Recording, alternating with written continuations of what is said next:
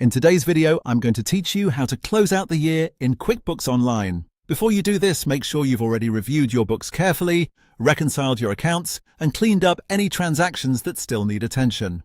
That part is important because closing the year is meant to lock in your finalized financial data and help prevent accidental changes going forward. Once everything looks accurate and complete, you're ready to move ahead. Start by going to the top right corner of QuickBooks Online and clicking the gear icon.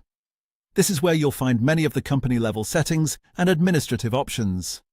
If you're following along inside your own account, take a moment to make sure you're in the correct company file before making any changes. From the menu that appears, select Account and Settings.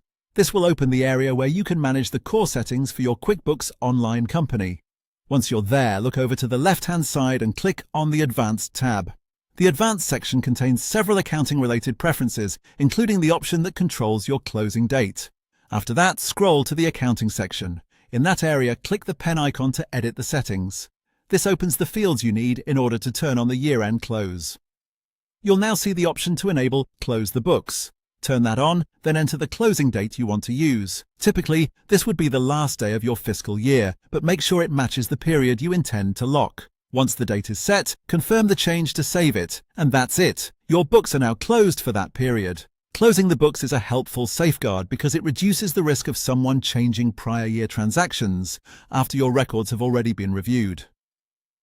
It's especially useful once reports have been finalized or shared for tax preparation or financial review. Even though this step is simple, it plays an important role in keeping your records accurate and consistent. If you ever need to make updates later, QuickBooks does allow changes, but the goal here is to create a clear cutoff point for the year you've completed. So just make sure everything has been checked before you lock it in. That's all you need to do to close out the year in QuickBooks Online. Thanks for watching, and I'll see you in the next video.